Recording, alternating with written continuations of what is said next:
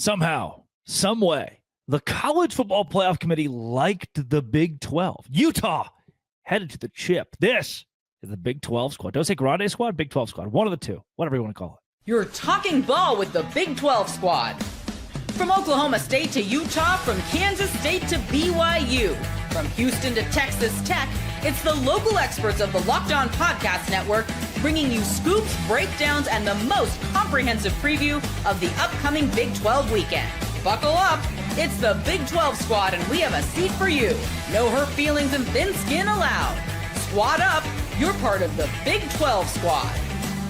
Happy Thursday evening, everybody. Welcome to the Big 12 squad. I'm Drake Toll from America's #1 Big 12 podcast, Locked On Big 12. Thank you for making this show your first listen every single day. And if you're not, you're probably making the first listen every single day. This guy, because he's funny and cute. Cody Stovall of Locked On Oklahoma State. This guy can't seem to win a football game. Kevin Borba of Locked On Buffs. He actually has nothing to do with whether or not the team wins, but he joins the Big squad today. Parker Ainsworth seems to have that same problem as well here recently of Locked On Cougars, all things Houston. Darian Gray, TCU has an outside shot at the college football playoff. So I'm being told right now he's the mouth of the South. He joins the Big 12 squad. And lest we forget, a man with 12 hairs. No, 13 hairs. In honor of the 13th ranking in the country, JT Wistrcill of Locked On Utes. Here's where we will start. If you hit subscribe, we can give our jobs. JT, Utah at 13. So if Texas Tech or BYU lose this weekend, they cannot move past 13, meaning the Big 12 conference next week will have 3 teams in the top 13. And Texas plays Georgia coming up. Oklahoma plays Alabama coming up. We're getting 3 in the college football playoff.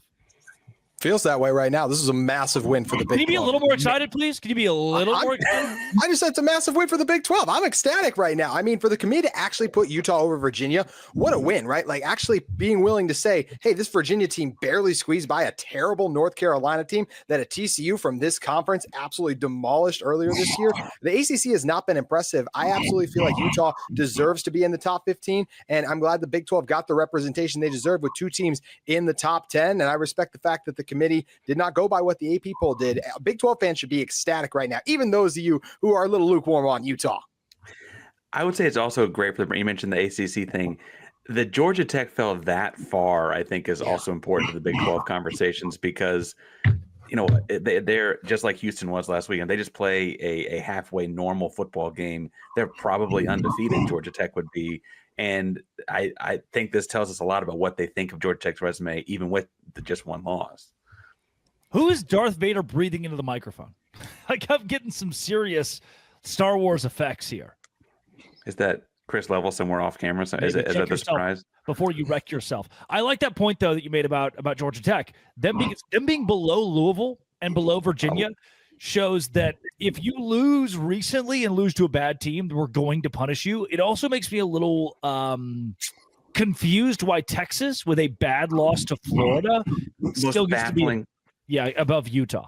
The most baffling of the top 12. And frankly, I feel like Texas is going to Texas it at some point, right? They almost gave it up against Vanderbilt. They lost a couple of bad teams in Florida and stuff like that. Like you mentioned Georgia, but I think they could just lose any given week. And they also play an A&M to end the season, right? So I think the thing with Texas, though, is like they have the win over Vanderbilt and Oklahoma. I think the bigger question about the Big 12 is how do we get 3 teams in? Because BYU and Texas Tech play this week. I don't know if you guys have heard College Game Day is going there. And that's kind of could be an elimination game for Texas Tech. Do we not think that? Like, I don't think so. After what we saw from Utah, again, they would not rank Texas Tech below Utah. So Tech at the lowest would be 12th, which is a spot away from the college football playoff. Yeah, I think you need Notre Dame to lose. I think that's probably the way being 12th isn't good, though, because like Texas was 12th and they're the first team out. Correct, but Texas and Oklahoma both play Georgia and Alabama coming up. So they're going to be out. We're going to shift in. And given that scenario, there's a way, this is maybe the best case of the Big 12, where like BYU beats Tech. They play the Big 12 championship against Darian's TCU team. Let's talk about it. TCU wins that game. TCU wins that game. They're in. BYU can't be left out. Texas Tech can't be left out. And then Utah is still sitting there at number 11 because these SEC teams and Big Ten teams are going to lose to one another down the stretch. It seems like the best place to be in any conference is like the 3rd best team in the conference because you don't have to play the conference championship game and you're still like good enough to be like, okay, well, we have to put them in the playoff, right? That feels like the spot to be, like the Ole Miss spot, if you will. Or Ole Miss, like a Georgia's right there too. Oregon's there in the Big Ten, and Utah's in that spot right now. So if Utah can continue to dominate some of the teams that continue to dominate the way they have, they will be in this because, like we talked about, like some of these teams, they're just going to knock each other off. So Utah's in a good spot right now, and I do think that even with a loss this week, Tech is still in a nice spot, especially if they can get into the Big 12 title game to still make the college football playoff. With those losses only being to good teams. 10-2 Oregon or 10-2 Utah. Who do you take? My thing about the Tech losing is it does feel contingent on them making and winning the Big 12 championship. So I don't know how good of a position that feels to me. Like if you are now put in a section where you must win against BYU in the title game again, that doesn't feel so favorable because I don't think a 2-loss Texas Tech who has lost to who was the first loss for that Tech? Arizona State. This brings the SMU thing back up again, though. They're not supposed to give you any discredit for losing in a championship game. So they said about SMU. Unless it's a third loss, though. That's a little different. But my thing is, okay, does the 2-loss Texas Tech make the college football playoffs if they don't make the championship game? I think they have a chance depending on what else happens. Christian hit the nail on the head earlier saying we need Notre Dame to lose. Pitt is playing better football right now. Go Oregon. Can I ask a question about Oregon? They finished the year with USC and Washington, so that may be a moot point. They beat teams by a lot of points when they beat them, except for Penn State. Their best win's Penn State, though, and that's not even a good Penn State win. fired their coach because they had a bad year.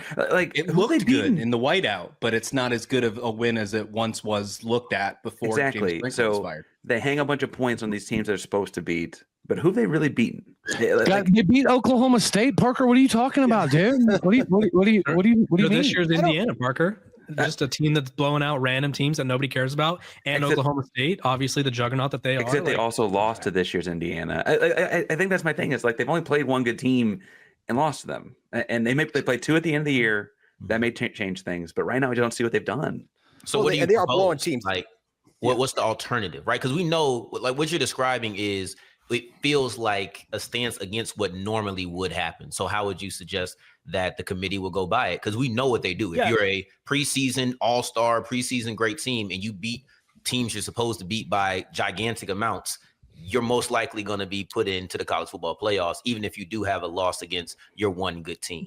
Usually that's the case. What I think the committee proved this year is that they want to veer from that via putting Texas Tech above Oregon. This is a different committee. Like we haven't seen, in my mind, Oregon no doubt would be above BYU, would be above Texas Tech in these rankings. The fact that they were not shows me this committee is doing it a little bit differently. And if that precedent is set right now with this year's version of the committee, then I think what we're going to see is that if Oregon loses to Washington, let's say, and Notre Dame loses to Pitt, and Texas loses to Georgia, and Alabama goes on to beat Oklahoma, those are 4 teams in or ahead of us that they all get bumped out if the Big 12 continues to win with, say, 1 loss BYU, 1 loss Texas Tech, and we already know the committee likes 2-loss Utah. We're in a much better spot than we could be. Sans the whole Cincinnati deal, like them getting left out sucked. But yes, Parker? I think the story there is actually that like Indiana is kind of the example of what would happen with Oregon, right? Because Indiana was in the college football playoff last year and came in, and like if you look at their schedule, their good wins are Iowa, which was on the road, I guess they weren't ranked or whatever, and then Oregon themselves, like that's their 2 big wins, and it's not like there's a whole lot of those. That's kind of just the inverse if Oregon had won that game. Yeah, and that's what I'm looking at here. It's actually like we're seeing that the committee says, okay, the second place of those 2 is falling all the way back to 9. I think that tells us something about that as well. Like I just it's an interesting problem because I don't know what to make of Oregon. Can I give you this? They have the new metric, the strength of record, whatever they call it, the record strength, whereas like you could beat a lot of teams by a lot, but if you're playing the Citadel and Oklahoma State, no offense, Cody, I'm sorry, Colorado every week, like doesn't matter, right? Doesn't matter if you're blowing these bad teams out. And so I think it's kind of nice to see them like actually please from the Loyal Cougars podcast, Tosh McIntosh, everyone. We're done. Wow. Happy to be here. Big day for the Big 12. Hello, Tosh. I don't know. We couldn't get Jake Hatch, so I just grabbed Tosh. All the Cougars we can find. All the Cougars we can find. Yeah, I mean, all right. Coming up, the next segment of the Big 12 squad. Tosh, shut up for a second. We're about to come right back to you, I guess. This is the Big 12 squad. Tosh is here. Why not? I get to make the rules. Today's show is brought to you by SupplyHouse. SupplyHouse is exactly where I go to tell you that Tosh McIntosh being on the show is brought to you by SupplyHouse, I guess. I don't know. Hopefully that's not a conflict of interest for you, Tosh. The SupplyHouse, exactly where I go as a new first-time homeowner to get HVAC, plumbing, electrical items for most trusted brands in the business. Their real-time inventory and honest lead times keep you from punting projects, while their industry-leading customer service always has your blindside cover. Need parts for a fast project? SupplyHouse, next-day delivery. Talk about a game changer. My favorite part is the Trade Master program. Today, you can join it and score serious perks like priority shipping, lower prices, dedicated support line. Visit supplyhouse.com. To sign up for free, use promo code SHCollege5 for 5% off your first order. Supplyhouse.com. Real people, real service, all of that and more with SupplyHouse. Okay, so a little context here. I accidentally sent the Big 12 squad link to a group chat with a bunch of BYU guys in it. Nice. So they're all about to show up randomly? Yeah, I mean, Tosh took me up on it. Tosh, you, Jay Cash is stuck in traffic. You get to play BYU here for us. The Cougars are number 7 in the country above Oregon. So my audio on listening to you guys is bad. I don't know how well you can hear me, but Actually, perfect. Yeah, I'm happy to stand in. I'm happy to stand in for Jake. Feel honored, and what a big day for the Big 12 and the Cougars. Like, I feel like it is the right ranking, but I'm shocked that the selection committee did the right thing and put BYU where they did and all 3 Big 12 teams where they did. Like, who would have guessed? Guys, am I the only one that feels like this might be a little bit of smoke and mirrors? Like the committee's putting the Big 12 on a pedestal for this ranking just to knock it back down as the season progresses, because they really liked Florida State at one point in time until they didn't, and then they had to manufacture a reason for them not to, take. This sets up a perfect shot. They didn't have to go that far. And I'm feeling beer. I've got a different doomsday scenario actually that makes me worried. It sets up a perfect shot to move Utah down, though, because you're on a bye. So it makes a perfect idea to be like, let's give you a good idea. Let's sit you up here for a minute, and then we'll have a couple people jump before you blow out Kansas State probably the week after. Also, anyone else shocked that Jeff Long is still on the playoff committee? Hasn't he committed like war crimes in the Middle East? Why? How is Jeff Long still here? I thought we got rid of that guy a long time ago. Kansas athletic director Jeff Long, by the way. Cody, how are you going to bring up you cannot bring up the Florida State thing and say they manufacture reason. It's the most important position on the field. They had an injury. They clearly look worse. If a Utah team stays healthy and continues to blow out the non-Tech and BYU teams as they have been, there's no way they're going to just drop. You can't manufacture a reason unless there genuinely is one, like a quarterback injury at that position. So I feel good about where Utah's at. Did they or did they not still win the conference championship with a backup quarterback? They did, but there was also how many undefeated? There was all those undefeated teams. Well, consider we've also moved to 12 now. We're at 12 teams now. So it becomes a little bit of a move. Florida State would got in. They would have still been in the top 12. I'll also say that I think manufactured a reason is a bit aggressive. Like, did they find a reason? Yes, but I can't remember. I think it was Borba who said it wasn't like it was a hard reason to find. Their staff fell off a cliff without Travis. This is an aggressive podcast here, and that's the way we roll, man. You know what? All right, TCU's making the college football playoffs. There we go. Since we're getting aggressive, we're going to go run the table. No, don't stop. Realistic. Hold on. No, Darian's right. There is a scenario in which TCU, they've got a pretty decent path to make the Big 12 title. You win that, you're in the playoff. So it's tough out there. The thing about TCU and trying to make the playoffs is, I spoke about this earlier, is I feel like TCU has so much talent, they just never can put it together. Right? Jake Hatch. Hatch. Tosh McIntosh is here, Jake. I just thought you should know. Hey, Tosh, what's up, man? We got 4 locked on Cougars on. This is awesome. All the BYU guys. Jake, how you doing? Yeah, I mean, BYU's the highest ranked, so we got 2 reps today. But I'm going to hop off here in a second and let Jake have all the spotlight. But what I will say is last year, I felt like the committee was sending a message with its first rankings that, hey, we're only letting 1 Big 12 team in. And then that's what happened in the end. I feel like this year, the selection committee was sending a message to the ACC, hey, you're only getting 1 in. They sent a message that, hey, the Big 12 is going to get multiple, and I'm all for it. Well, everybody give it up, Tosh McIntosh. Sure. Yeah, great job, sir. Great job. Great. There he goes. We can get to that point, but Darian, I do want to let you finish that out. TCU still has, in a similar way to Arizona State, a path to the college football playoff. Yeah, I think the 2-loss team in the Big 12 is so fascinating because as you go through the schedules, let's say TCU runs the table. And one of the things that I was speaking about on my show earlier this week is the idea that TCU actually has a pretty complete team. They just don't put it together enough, right? Like Borbasard, they struggled in the first quarter versus Colorado, or struggling at the end versus Baylor and nearly allowing that comeback, or losing to Arizona State because you couldn't close the game. But TCU has the talent to be able to compete. So if they were to run the table, that would mean they would have a win against UH.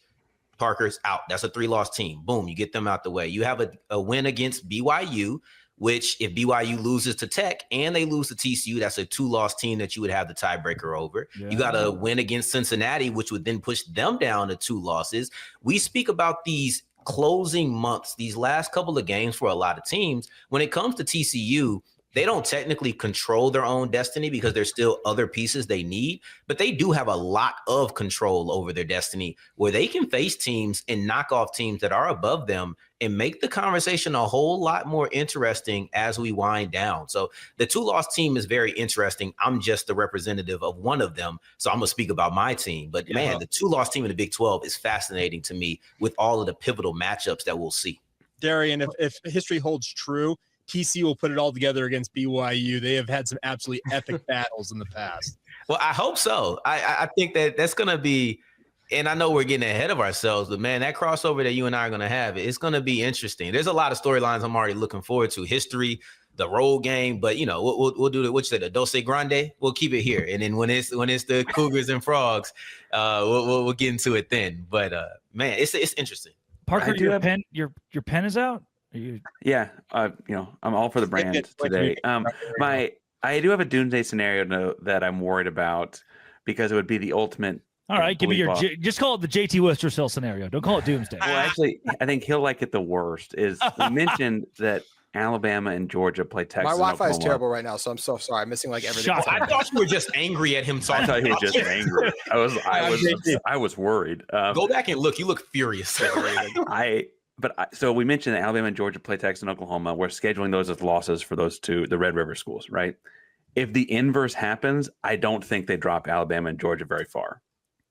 And that actually worries me because it would be a very, frankly, a very SEC thing to happen. And it would be a very easy thing for the CFP to be like, oh, but Alabama's Alabama and Georgia's Georgia. And they would just leave them in the top 8. Didn't work last year, though. No, I'm not saying they get to 3 losses, but if it is the flip side, and the best case scenario for the Big 12 this week is Auburn finds a way to beat Vandy, which would be wild. And then, of course, Texas and Oklahoma all losing. That gives them all 3 losses, and then they are out of the picture in the eyes of what the Big 12 has. So the inverse could still obviously be there, no doubt. And that doomsday scenario probably wouldn't be the best, but there's still a really good shot that Texas falls this week, Oklahoma falls this week. And don't count out maybe a recharged Auburn. Who knows? The SEC that's been really wild this year. Oh, so are you saying I'm supposed to root against OU this weekend?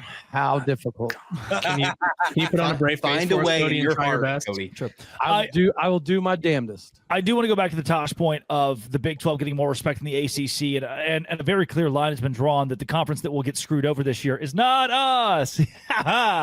It's the Dose Grande squad.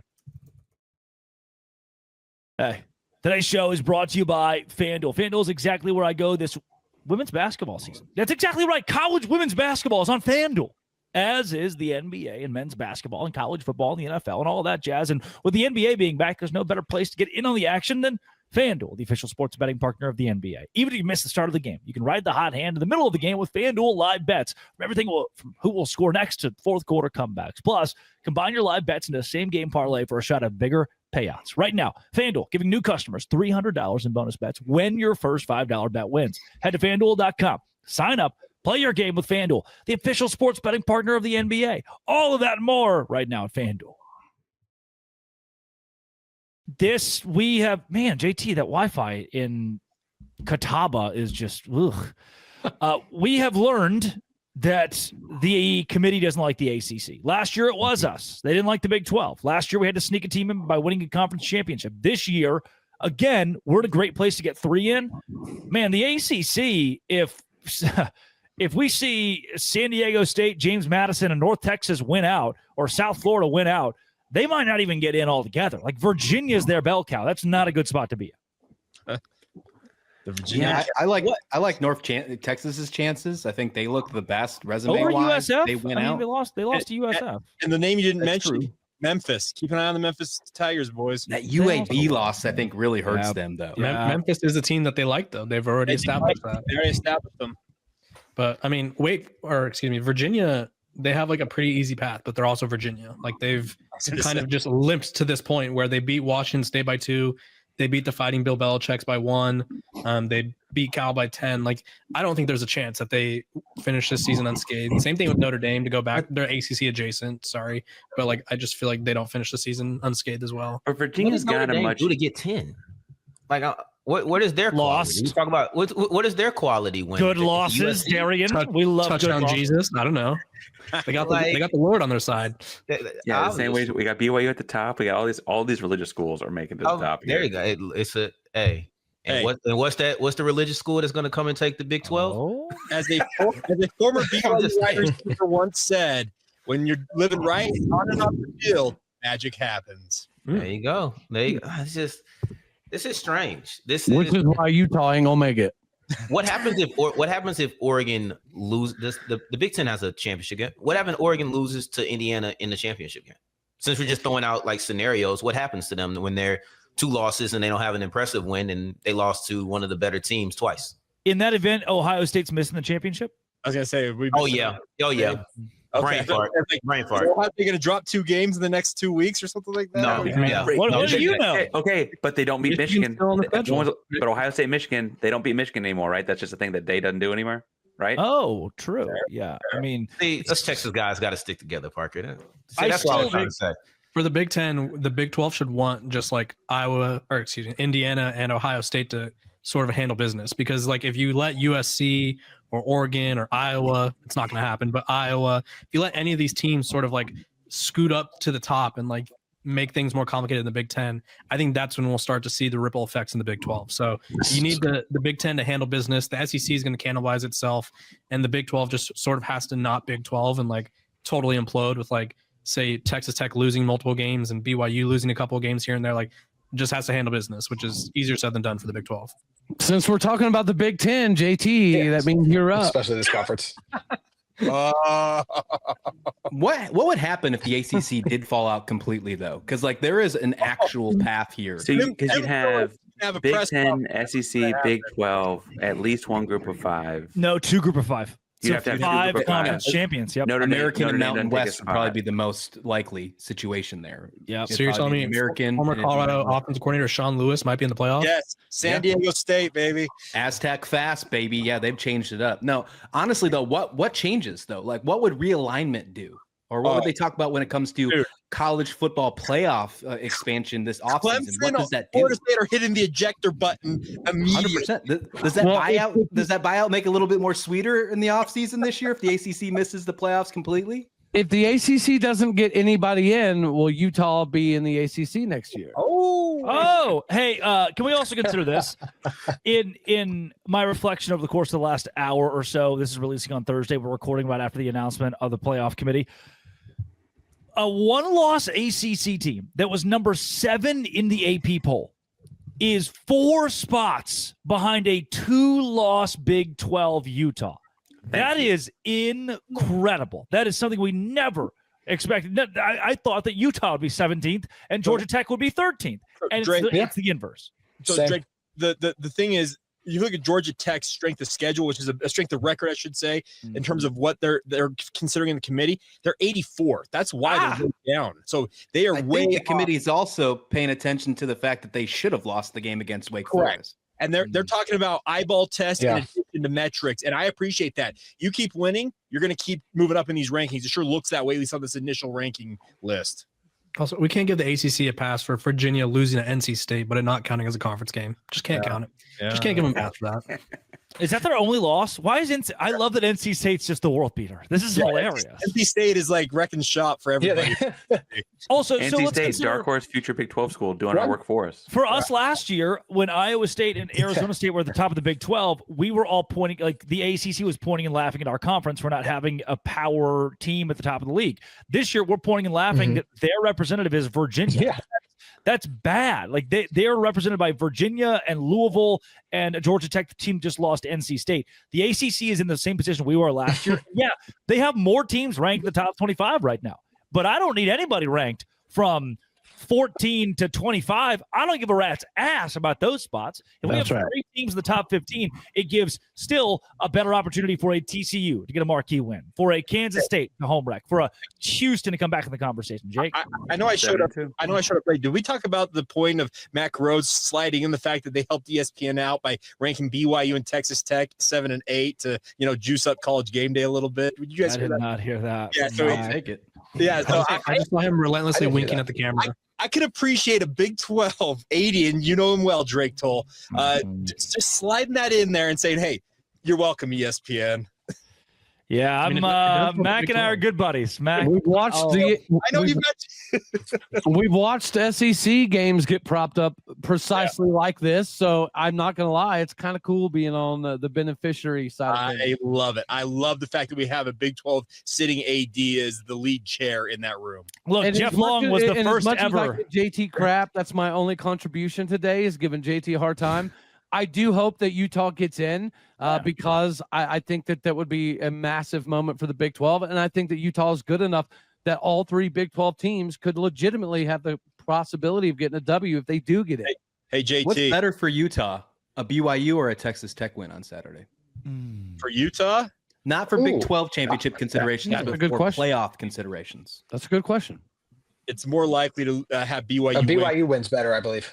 They need BYU to win out essentially to keep them very much. Now, JT, how about like a redux of the Holy War in LES in mid-December? How about that?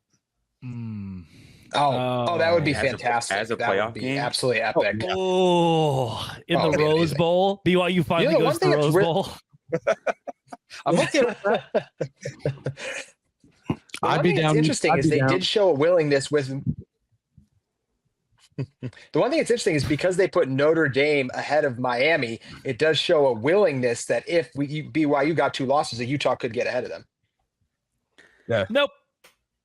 No, I mean, I see what JT's saying though, because Miami beat Notre. Like it's not necessarily about what you did. But that happened in the first 3 weeks. And remember, it's the committee. Whatever happens in the first 3 weeks doesn't count. Apparently, it doesn't matter one bit. Apparently, yeah, it's clearly better to play someone like Notre Dame did. They lost both of those games actually, right? And like, Notre Dame is the living example of you. The first 3 weeks just don't matter in the season. Alabama lost to Florida State, and Florida State's nowhere near this. They talked about the Notre Dame losses, and I had never heard like that was SEC level propaganda of like they were such good losses though. It was the final play, and then it was like almost the final play on the other one. Like I was like, dude, you're making it seem like they won the Super Bowl, but they lost twice, and it was close. Sure, but they were almost there, man. They were almost there. I mean, a couple more concessions, and maybe they get it. I don't know. Good losses should mean nothing without being accompanied by good wins. Like I can let you get the good loss argument off because they were good. I mean, I know they were good losses, but what are the good wins? Like the best thing on your resume can't be we were almost there. You got hypothetical wins, Darian. How do we feel about those hypothetical wins? Ooh, if they played this, if the game was another minute, if you would have, I don't know. Locked on SEC squad loves their hypothetical wins. The transitive property is a big thing in the SEC, man. Come on now. True. I mean, the conference known for right? that. The SEC at least has the stigma, or at least I don't even want to say stigma because I think there's some truth to it, to where they have these quality wins. Like you go through Notre Dame's games, are we putting up Purdue? I mean, granted they have Arkansas, so the SEC, but like Boise State, North Carolina State, they did get USC. It just what are USC? At least the best win can hang their hat on. We beat SEC teams, like. Even if people feel like that's flimsy, feel like it shouldn't be the case, at least they have that. Notre Dame is just hanging their hat on we're Notre Dame. And I think that's a flimsy hook. Like that is very tough. But you know, are you accusing them of going off of brand power, Darian? Is that am I accusing them? Yeah. Yes. Hey, I thought that was clear. I wasn't hiding it actually. Good news, boys. The Big 12's a wagon. Let's keep it rolling. Yeah, on the positive note, three teams. You know, I don't know what happens to the rest of you when them frogs come through. But right now, I think we should bask in the glory of. No one mentioned Houston 7-2 and can still end up. Oh, jeez. No one said it. All right, I love you guys. This has been Always Will Be Locked on. Cody's the only team without a win. Oh, the last like 2 years. But I he just thought we were gonna hang it up. Can we count that as a win? Can we count dunking on JT? Guys, it's wrestling season. What are we talking about? There you go. It's a Shout out lock. Daniel Cormier. On. Thanks for getting your first listen every single day. Dose Grande Squad.